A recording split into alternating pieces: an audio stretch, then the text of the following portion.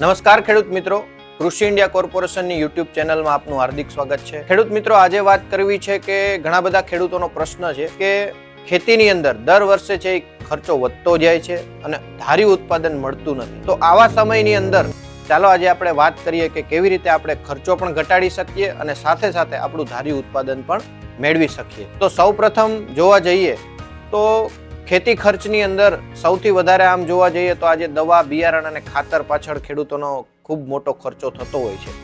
તો તેની અંદર આજે આપણે વાત કરીએ ખાતર વ્યવસ્થાપનની। તો ખાતર વ્યવસ્થાપનની અંદર જોવા જઈએ તો ઘણા બધા ખેડૂત મિત્રો આજે ખાતર તરીકે માત્ર ને માત્ર ડીએપી ને યુરિયા આ બંને ખાતરનો વધારે પડતો ઉપયોગ કરતા હોય છે। તો એટલે કે નાઇટ્રોજન અને ફોસ્ફરસ આપણે જે કોઈ પાક વાવીએ છીએ તેની અંદર વધારે પડતું નાઇટ્રોજન અને ફોસ્ફરસ આ બે જ તત્વો છે એ આપતા ખેડૂત મિત્રો આપતા હોય છે।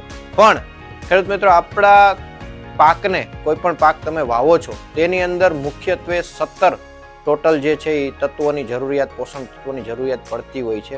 તેની અંદર સૌપ્રથમ જોવા જઈએ તો nitrogen, phosphorus, potash major nutrition, ત્યારબાદ સેકન્ડરીમાં કેલ્શિયમ, મેગ્નેશિયમ, સલ્ફર અને 8 બીજા માઇક્રોન્યુટ્રન્સ અને 3 જે છે એ આપણને 3 કન્ટેન્ટ છે જે એ આપણને કુદરત તરફથી એટલે કે હવા અને પાણીમાંથી મળતા હોય છે। આમ ટોટલ 17 તત્વોની જરૂરિયાત હોય છે।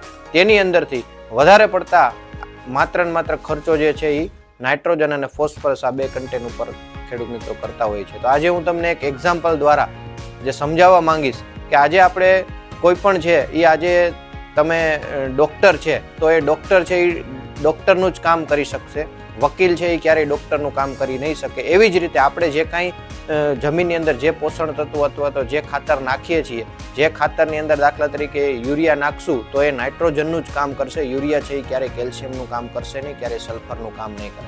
તો યુરિયા કદાચ આપણે જરૂર કરતાં ડબલ પણ નાખશું તો પણ એ કેલ્શિયમ, સલ્ફરનું પૂર્તિ કરવાનું નથી। તો એનું એક તમને એક એક્ઝામ્પલ દ્વારા તમને સમજાવું છું। મિત્રો, આ ખેડૂત મિત્રો આ એક બાલ્ટી છે એટલે કે આપણે જે સાદી ભાષામાં ડોલ કહીએ, આ ડોલની અંદર આ એક જગ્યાએથી આખી ડોલ છે એ તૂટેલી છે એટલે કે અહીંયા એક બેલ્ટ છે, પટ્ટો છે એ મારેલો નથી, અહીંથી તૂટેલી છે।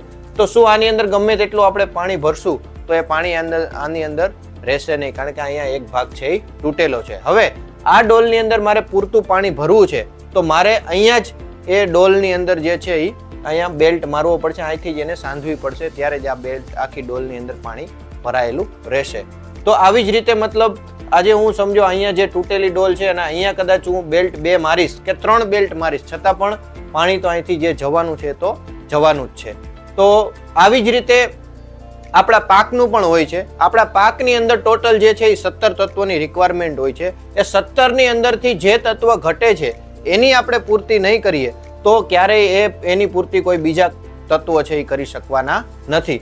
માટે પૂરતા પ્રમાણમાં જો આપણે પોષણ તત્વ જે 17 તત્વોની જરૂરિયાત છે જેમાંથી આપણે 14 તત્વ છે એ આપણે આપવા પડે છે ને 3 તત્વ આપણને હવા અને પાણીમાંથી મળે છે કુદરત દ્વારા। તો જે 14 તત્વો જરૂરિયાત પ્રમાણે જે આપવાના હોય છે એ પ્રમાણે જો આપણે પૂરતું પોષણ તત્વ આપશું તો આપણો ખર્ચ છે એ પણ ઘટશે અને સાથે સાથે આપણે જોઈતું અને ધાર્યું ઉત્પાદન પણ આપણે મેળવી શકશું। એટલે ખેડૂત મિત્રો, આના ઉપર ખાસ ફોકસ કરજો। અત્યારે રવિ સિઝન આવી રહી છે તો રવિ સિઝનની અંદર આપણે જે કાંઈ તમે ચણા, ધાણા, ઘઉં કે કોઈ પણ પાક વાવો છો એની અંદર પૂરતા પોષણ તત્વો અને પૂરતું ખાતર આપી અને તમારા પાકની અંદર વધારે થતો ખર્ચને તમે અટકાવી શકો છો અને સાથે સાથે સારું ઉત્પાદન પણ મેળવી શકો છો। તો ખેડૂત મિત્રો, રવિ સિઝન આવી રહી છે તો રવિ સિઝનની અંદર આપણે પૂરતા પોષક તત્વો આપશું આપણા ક્રોપને અને આપણો ખર્ચો પણ ઘટાડશું। માત્ર ને માત્ર ડીએપી ને યુરિયા એ 2 ખાતરથી આપણે આખો પાક નથી પકવવાનો, આપણે એની અંદર પૂરતા દરેક પોષક તત્વો જે વાત થઈ એ પ્રમાણે આપણે આપશું,